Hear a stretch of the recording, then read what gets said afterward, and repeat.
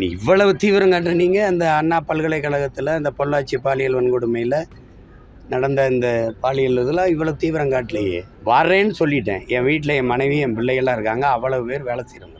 இதெல்லாம் அவசியமற்ற ஒரு என்ன சொல்கிறது, இது கேவலமான நடவடிக்கை. இதெல்லாம் அவங்க இதே வழக்குக்கு ஏற்கனவே 3 மணி நேரம் விசாரித்து எல்லாத்தையும் பதிவு பண்ணிக்கிட்டாங்க.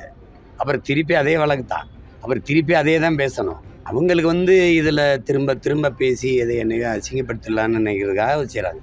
இதில் இந்த ஆட்சியாளர் அசிங்கப்படுறாங்களே ஒழிய எனக்கு இதில் ஒன்றும் இல்லை. இப்போ நீ இவ்வளவு தீவிரம் காட்டுற நீங்கள் அந்த அண்ணா பல்கலைக்கழகத்தில் இந்த பொள்ளாச்சி பாலியல் வன்கொடுமையில் நடந்த இந்த பாலியல் இதெல்லாம் இவ்வளோ தீவிரம் காட்டலையே. நான் ஏற்கனவே ஒரு அழைப்பானை கொடுத்தாங்க, கையெழுத்திட்டு சொல்லிட்டு தான் வந்தேன். இதற்கான திட்டமிட்டேன், வர முடியாது, வந்தவொடனே வாரேன் அப்படின்னு. ஏன்னா எனக்கு வேறு நாட்டுக்கு போய் தலைவராக முடியாது, உங்களுக்கு தெரியும், கடவுச்சிட்டு இல்லை. தினந்தோறும் உங்களை சந்திச்சுக்கிட்டு இருக்கேன். இதில் இவ்வளோ விரட்ட வேண்டிய அவசியம் என்ன இருக்குது? இந்த அரசு இது மாதிரி வேறு எதுலையாவது நடவடிக்கை எடுத்துருக்குதான்னு நீங்கள் பாருங்கள். எவ்வளவு கேவலமான ஒரு ஆட்சி அதிகாரத்தை நடத்திக்கிட்டு எந்த சிக்கல்லையாவது பிரச்சனையாவது இப்படி பண்ணியிருக்கா?